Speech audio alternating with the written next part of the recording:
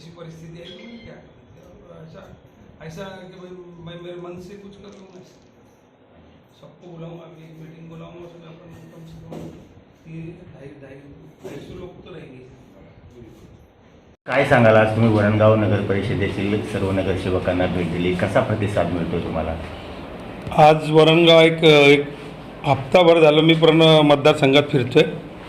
जवळपास माझा एक राऊंड पूर्ण झाला. आता वरणगाव आणि शेंदुर्णी, पाचोरा, चाळीसगाव मग जवळपास माझा पूर्ण जिल्हा झाला. पण वरणगावमध्ये माझे जुने संबंध आहेत. कमीत कमी 35-40 वर्षापासून या लोकांशी जिव्हाळ्याचे संबंध आहे आणि त्या हिशोबाने आम्ही एक मीटिंग म्हणजे अशी चालू आहे की एक परिवार कसा बसला आहे त्या पद्धतीने माझी चर्चा करत आहेत. मला असं ते मी त्यांचे मतं मागतो असं वाटत नाही आहे. परिवाराशी मी बोलतो आहे अशा प्रकारचं मला इथं प्रेम भेटतं आहे. आणि सुनील भाऊ असतील, ताई असतील, हे सगळे एक आपुलकीने मला बोलवलं इथं आणि चहा पाणी सर्व केलं यांनी. पण आता रंगत येईल. तुमची आज 12 तारीख आलेली आहे. आता या जो निवडणूक आहे याच्यामध्ये रंगत येईल आणि मोठ्या प्रमाणाने आम्ही एक स्पीडने कामाला लागू.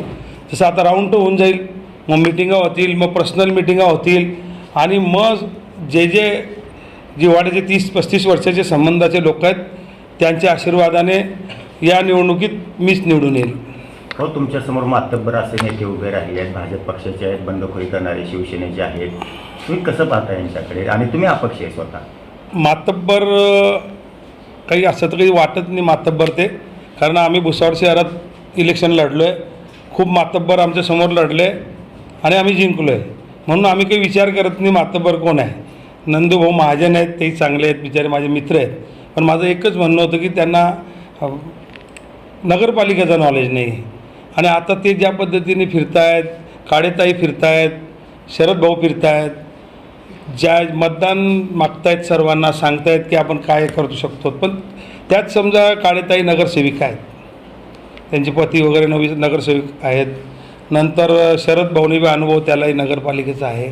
पण नंदू भाऊचा एक मी परत बोलतो की नंदू भाऊला नॉलेज नगरपालिकेचं नाही आहे. म्हणून ते निवडून जरी आले तरी त्यांना 1-2 वर्ष अभ्यास करावा लागेल नगरपालिकेच्या बाबतीत. आणि आम्हाला अभ्यास करायची गरज नाही.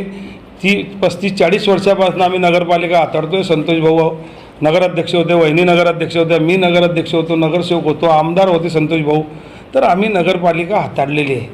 तिथं प्रस्ताव कसे जातात, प्रस्ताव कसे मुंबईहून पास करून आणायचे. आणि बच्चू भाऊ तिथं आहेत आणि मी तिथं जर का पोचलो तर नक्कीच बच्चू भाऊ ज्या पद्धतीने बच्चू भाऊ शिवसेनेमध्ये गेले, तुम्ही अपक्ष लढताय, कसं पाहता? ते गेले मी शिवसेनेत जाणार होतो, चर्चाही झाली होती. पण हे इलेक्शन आल्यामुळे काही आमची सर्व टीम होती, त्यांनी सांगितलं बाबा आपल्याला अपक्ष फॉर्म टाकायचा आहे, कारण मग सर्व पक्षीय मला मतदान करतील. अपक्ष असल्यामुळे काय होईल, मला भाजपचे जे माझ्याशी जिव्हाळ्याचे संबंध आहेत तेही मदत करतील, शिवसेनेची मदत करतील आणि प्रत्येक पक्षाचा मनुष्य मला मदत करेल. तुम्हालाच काम मतदान करावं, तुमच्याकडे काय अजेंडा आहे? असा अजेंडा म्हणजे अनुभव आहे ना 30-35-40 वर्षाचा. नगरपालिका हाताळले. भुसावळ शहर एक सुंदर शहर म्हणून आम्ही एक वेळेस केलेलं आहे आणि तिथं कॉम्प्लेक्स केलं आहे, बेरोजगारांसाठी रोजगार निर्माण केलेला आहे. आणि चौधरी परिवारामध्ये ती क्षमता आहे फंड खेचून आणण्याची आणि विधान भवन असो, विधान परिषद असो, ते गाजवण्याची क्षमता चौधरी परिवारात आहे अगोदरपासूनच. किती खात्री वाटते तुम्हाला विजयाची? विजयाची खात्री आता आजपासून सुरू होईल. आता 12 तारीख आहे तर उद्या आम्ही एक 15 तारखेपर्यंत जवळपास सर्व चित्र क्लिअर होऊन जाईल. आणि मग 15 नंतर मी तुम्हाला टोटल खात्री तर मलाच आहे, पण 15 तारखेला मी तुम्हाला कळवेल की माझाच विजय होईल. आणि मला आताही विश्वास आहे की माझाच विजय होईल.